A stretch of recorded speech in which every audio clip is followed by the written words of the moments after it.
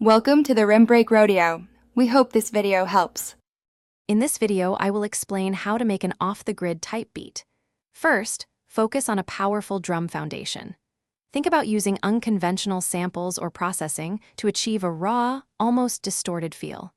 Your kick and snare should hit hard, providing a strong rhythmic backbone. Aim for a tempo between 70 and 90 beats per minute to maintain that gritty, impactful vibe. For your drums, layer at least 3 different sounds for each element, like kick, snare, and hi-hat, to create a rich texture. Don't be afraid to use found sounds or heavily processed samples. Apply saturation or subtle distortion to your drum bus to give them a cohesive, aggressive punch. Consider adding a unique percussive loop at about 1/8 volume to add subtle movement.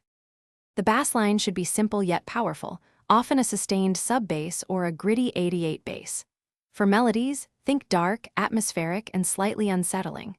Sample obscure sounds or create eerie synth pads. Vocal chops or ad-libs, pitched down or heavily processed, can add a human yet abstract element.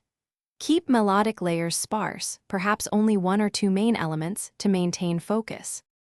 Arrange your beat with clear sections, building tension and releasing it.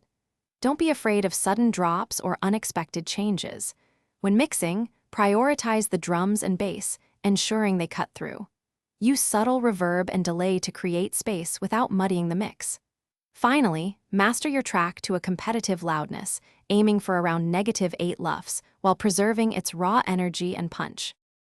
Thanks for watching. Consider subscribing if we helped you.